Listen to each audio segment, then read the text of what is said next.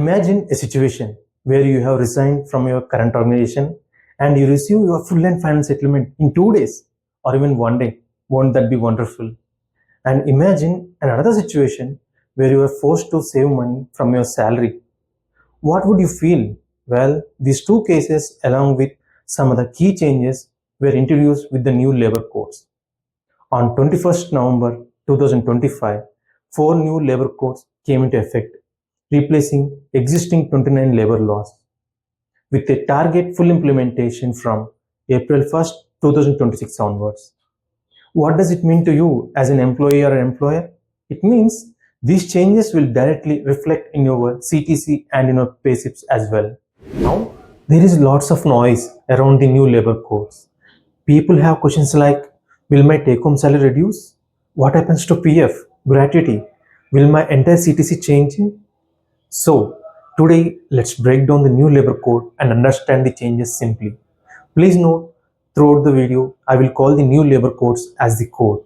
Hi, this is CA Venugopal. Welcome to my channel. What's actually changing? Simply put, the heart of the new code is in one clean rule. Your basic salary must be at least 50% of your CTC. Earlier, companies kept basic salary intentionally low. The reason? Lower basic means lower PF contribution from employer side, lower gratuity at exit, which means lower employment costs. But as per new code, the fair basic salary must be at least 50% of your CTC. With this change, everything automatically changes because PF, gratuity, leave encashment, everything are all calculated as a percentage of basic pay. Now that we understand the basics, let's move on to other key changes. What is the effect of this code on your take-home salary? The logic is very simple. A higher basic means higher PF, which means slightly lower take-home. To understand better, let's look at two cases. Case 1. Basic is already above 50% of your total CTC. This means there will be no change in your PF contribution. At the same time, your take-home salary will remain the same. In a case 2, basic is much lower. In that case, there you will see the major impact. If basic has to be increased to 50% of your CTC, then PF also increases, resulting in a slightly lower take-home salary. And another question that most of us have, will the companies reduce our take-home salary? Well, there is no single answer because different companies will react differently. For example, some companies will keep the CTC same.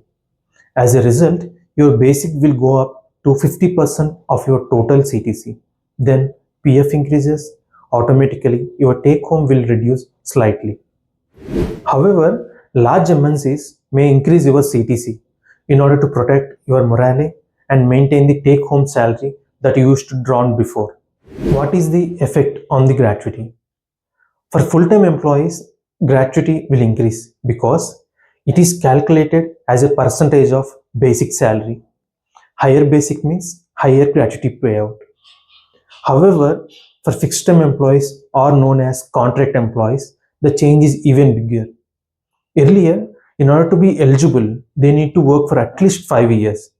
But now under the new code, if they work for at least 1 year, they will be eligible for gratuity. This is one of the most employee-friendly changes in the new code. Changes in full and final settlement. This is a major change. Full and final settlement must be completed within 2 working days from your last working day. Today, companies take 15, 30, and even 45 days.